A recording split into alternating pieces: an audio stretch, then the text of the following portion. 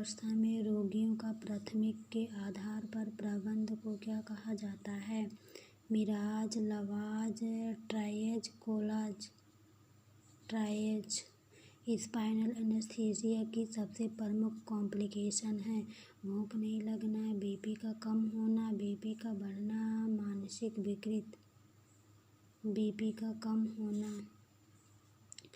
स्थानीय घर्षण द्वारा चर्म पर औषधि को लगाने को क्या कहा जाता है?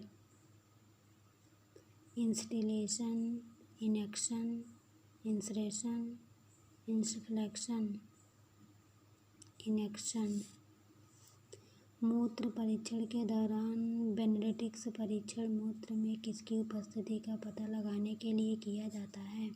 एसीटोन, ग्लूकोज, पित्त लवण, protein. Glucose.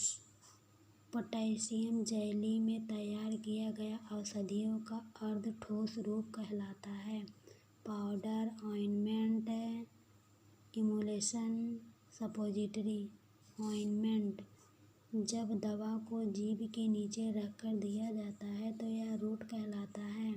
Intravenous, sublingual, injection, insufflation. Sublingual. निम्न में से कौन सा तत्व कोशिका के बाह्य द्रव में अधिक मात्रा में पाया जाता है? Sodium, potassium chloride, bicarbonate. Sodium. प्रभावी निष्क्रमण हेतु वाष्पीय आटोक्लेव किस ताप पर होना चाहिए? 100 डिग्री सेल्सियस पे, 110 डिग्री सेल्सियस पे, 121 डिग्री सेल्सियस पे, 131 डिग्री सेल्सियस पे, 110 डिग्री सेल्सियस पे। आँख में बूंद बूंद करके दवा डालने की प्रक्रिया कहलाती है? Instillation, insufflation, insertion, implantation. Instillation. त्वचा पर मालिश के द्वारा किसी मलहम को लगाना कहलाता है?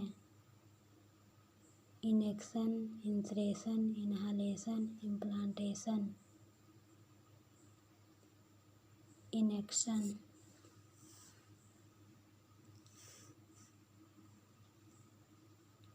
इंट्राओसस इंजेक्शन कहाँ लगाया जाता है?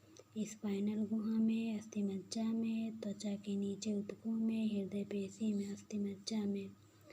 निम्न में से कौन से प्रकार के इंजेक्शन लगाते समय नीडल को सबसे ज़्यादा इंसर्ट किया जाता है? इंट्रामास्कुलर, इंट्राडर्मल, सबक्यूटेनियस, इंट्रावेनस। इंट्रामास्कुलर। किसी भी सर्जिकल प्रक्रिया को करने से पूर्व मरीज या उसके नज़दीकी रिश्तेदारों से लिखित में अनुमति लेना कहलाता है? राइटिन कंसेंट प्राप्त करना, मरीज एवं उसके रिश्तेदारों को सूचना देना, मरीज को मनोवैज्ञानिक रूप से तैयार करना, मरीज इसकी कोई आवश्यकता नहीं होती है। राइटिन कंसेंट प्राप्त करना। निम्नलिखित में से नर्सिंग प्रोसेस का सबसे इम्पोर्टेंट भाग कौन सा है? समस्या का असेसमेंट या मरीज के नीड का पता लगाना, प्लानिंग एवं लक्षण निर्धारित करना, नर्सिंग इंटरवेंशन, इवैल्यूएशन, मूल्यांकन। समस्या का असेसमेंट या मरीज की नीड का पता लगाना। बच्चों में औषधि की मात्रा निर्धारित करने हेतु कौन सी सिद्धांत उपयुक्त है? Young rule, clerk rule, fried rule. उपयुक्त सभी। औसतन सामान्य व्यक्ति विश्राम अवस्था में प्रत्येक श्वसन में लगभग कितनी वायु अंदर लेता है? 200 millilitre, 300 millilitre, 400 millilitre, 500 millilitre, 500 millilitre. Permanent colostomy करने के लिए कोलन का सबसे उपयुक्त भाग कौन सा है? Ascending colon, transverse colon, descending colon, sigmoid colon. Sigmoid colon. ऊपरी भुजा में रक्तचाप मापते समय स्टेथोस्कोप के चेस्ट पीस को निम्न में से किन नाड़ी पर रखना चाहिए? Axillary, brachial, radial, ulnar. Brachial.